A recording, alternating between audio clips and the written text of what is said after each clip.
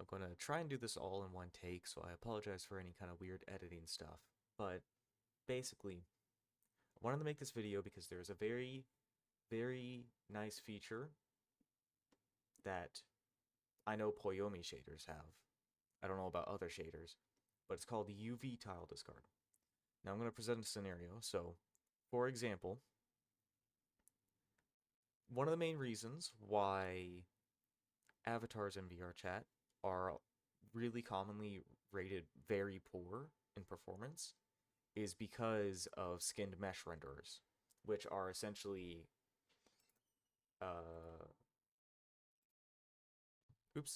anyways, some audio happened.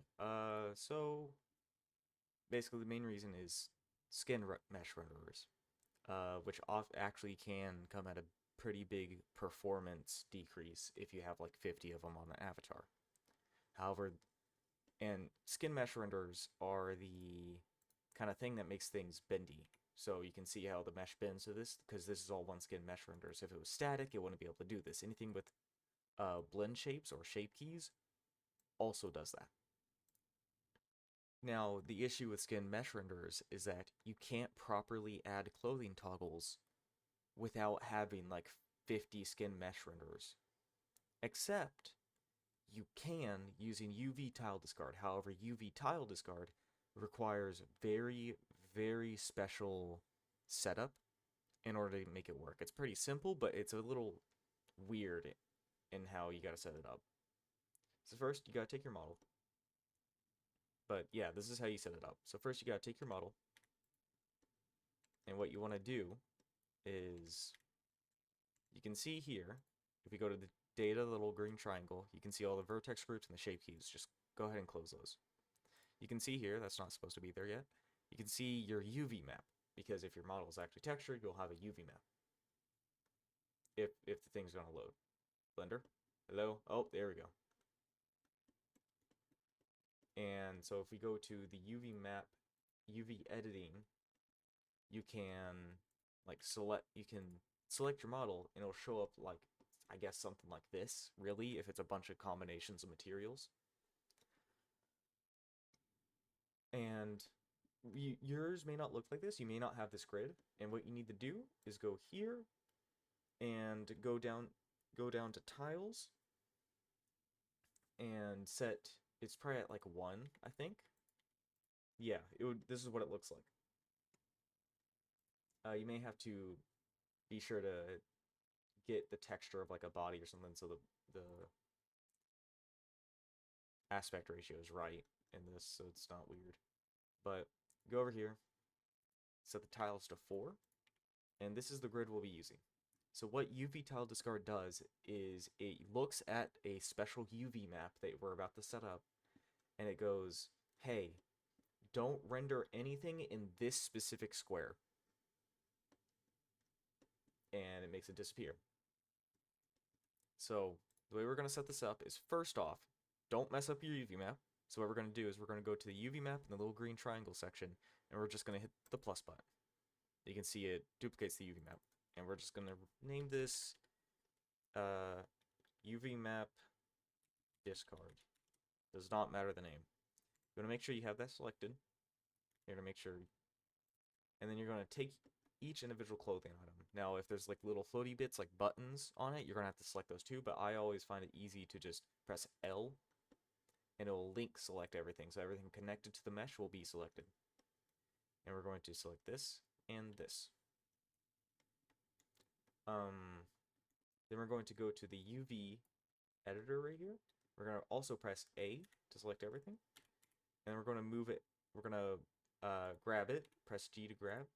And then we're going to kind of set the coordinates for it. So I would heavily not suggest just kind of moving it freely like this. What you're just going to do is going to go G and then X, so it locks it on the X, so you can see it slides like this, and we're just going to press 1.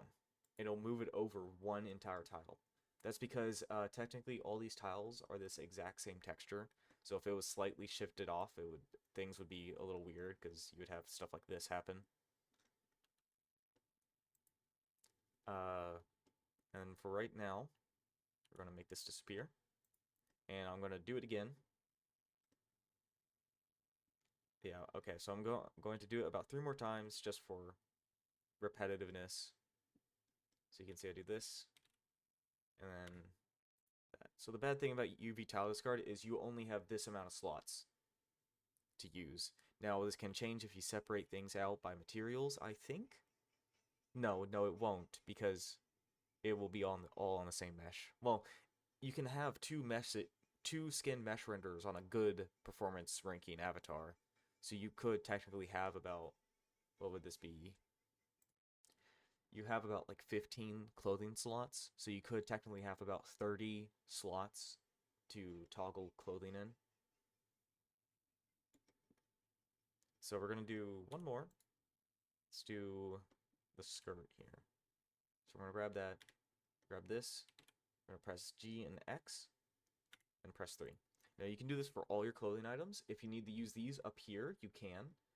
Just make sure you do something like this, where you G, X, and then 1, 2, or 3 to get it over here, or 0, so you just don't move at all.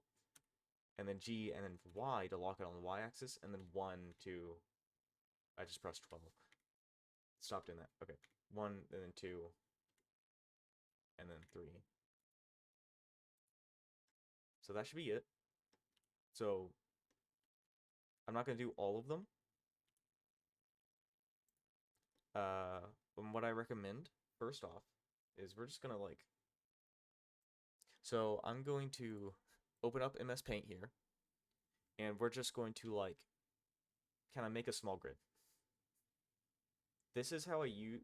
This is what I use to keep track of what outfit is in each tile, and it's just the easiest to me. What are the lines of this? Okay, it's 3 in each. Okay. We're just gonna make the same grid that we had, and then in the tiles that you put the clothing on, I would just put like, okay, jacket, or I don't know what it was, a hoodie, I think, and then skirt. And this becomes very, very helpful when it just gonna bring that to the side over here. This becomes very, very helpful when it comes to when you have a lot of outfits like this one. So after that, I always make sure to select this back. You can then export your model and bring it into Unity. So we're gonna go to Unity now. Okay, so in Unity, now, okay, so main issue is that in Unity, sorry, currently, I'm actually using my main model to show how it works because I already have the entire UV tile discard system set up. However, if you're following along, you should be able to just kind of take this, import it in. So, okay. In Unity, now that you have everything set up, I would just want to warn that my setup's going to be different than what I just now did because I'm using my main model, which has the tiles set in different places. So you want to go to your clothing material or whatever material your clothing is on, and you want to go to the shader that you have for it, which you should have a shader. Now, I don't know if this works on other shaders. I said this before, but I don't know if this works on other shaders. I know for sure that Poiyomi shaders support UV tile discarding, but we're gonna go to special effects, and you'll see here UV tile discard. Now, by default, it would be like this.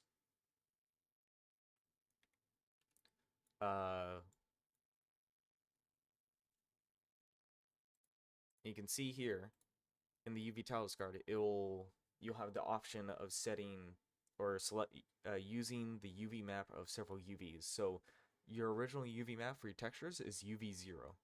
Your second one that we just made is UV1, and it's the one that has the UV tile discard. So we're gonna make sure UV1 is set up. So it's in special effects under UV tile discard.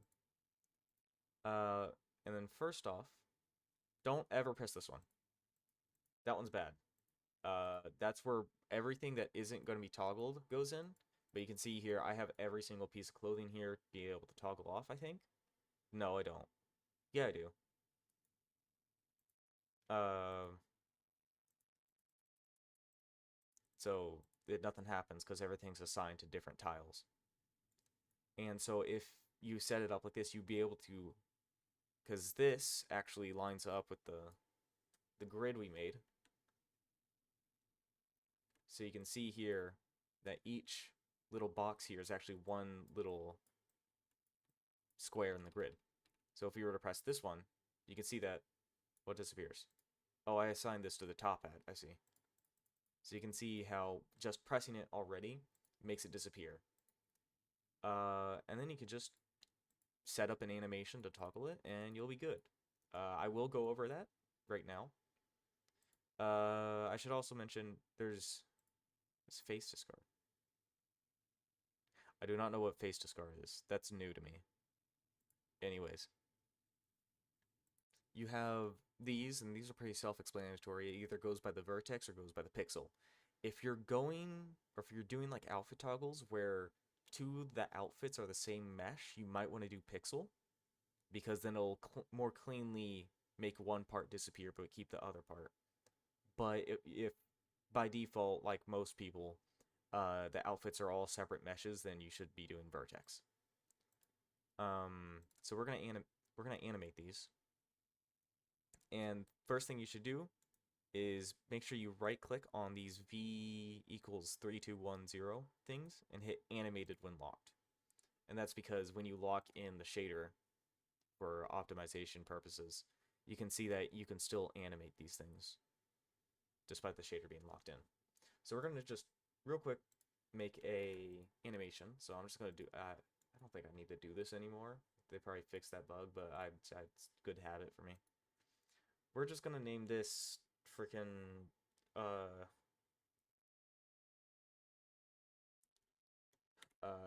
jacket off. Oops, that's supposed to be there, whatever.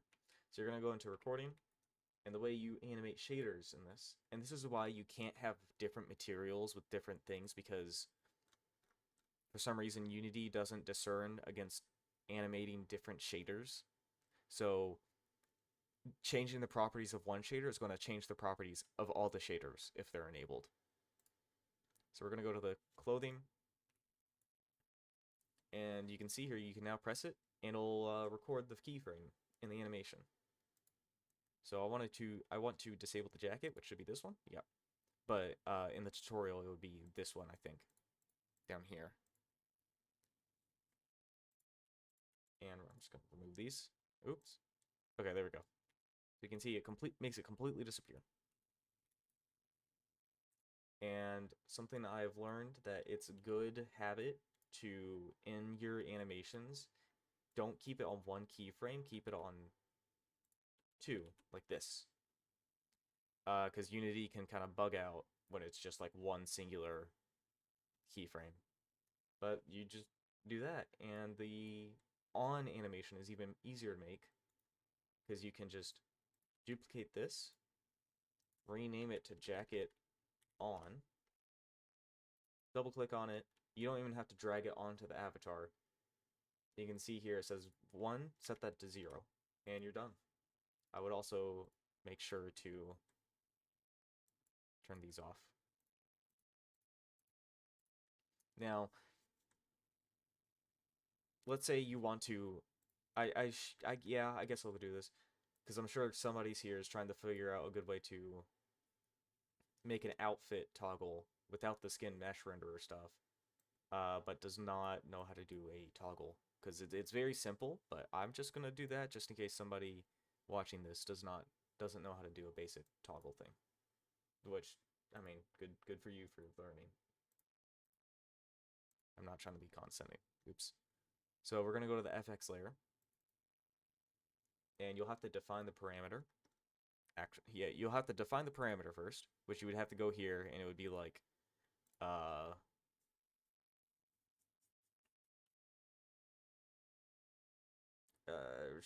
just jacket toggle, and make sure it's a boolean, because that means it's either true or false. Now, if you know a little bit about the animator, ignore this on the screen right now.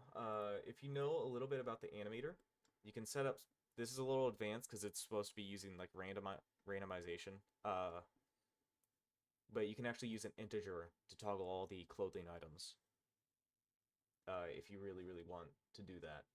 But for now, to keep it simple, we're just gonna. I'll just say, add like. Was it 10 booleans? A boolean for each outfit that you're trying to toggle on and off. So first of all, we're going to go back to our parameter menu, and we're going to copy the jacket toggle thing. Make sure, yeah. We're going to go to the parameter in the animator and put that in and paste in the new parameter. And we're just going to make a new layer for this and call it jacket toggle. And set its weight to 1. I always add a empty avatar mask.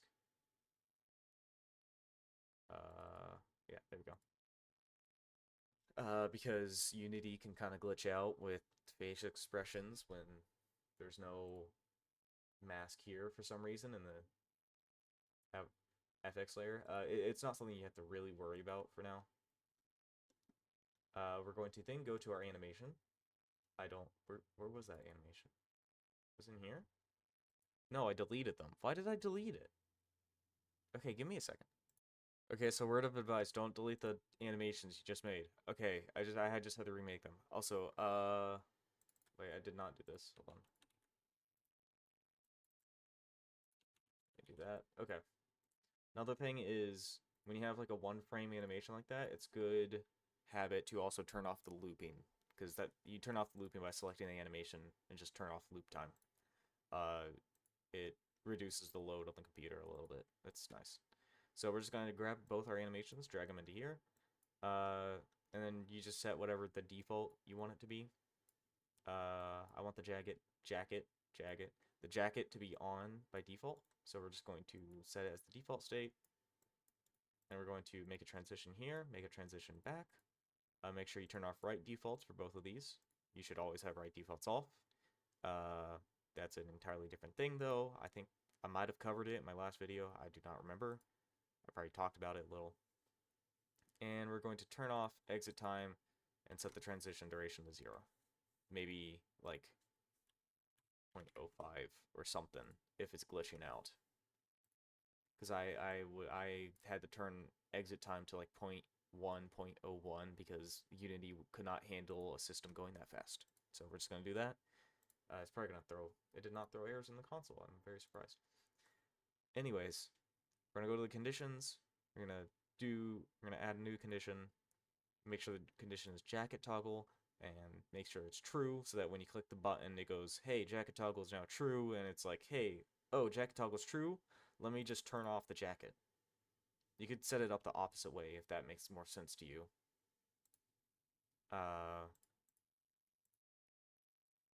So do that. Set it to false. And you should be done. And we can even test this. We can test this real quick, especially if you have the Avatar 3.0 emulator, which you should have, because it's a godsend for doing stuff like this. We're just gonna say jacket toggle. This might actually, now I'm thinking about it, this might not work due to how I have the animator priorities. No, it should work. Maybe. Because I think I have a default state set to the main outfit. We'll see. So you can see all this here. You just set it up. That's sub menu. We need it to be toggle. There we go. You can add a little image right there. So if you have Avatar 3.0, which would have this thing, that's an entirely different thing. You can go into like the GitHub there, the GitHub for the AV3 emulator, and add that in. But you can actually test it out pretty easily by going here. I'm going to turn this off. Oh yeah, you can see here, the jacket stays on, and you can see jacket toggle. If I hit this button, boom, it's off. It's a very, very, very simple system. I think that's it.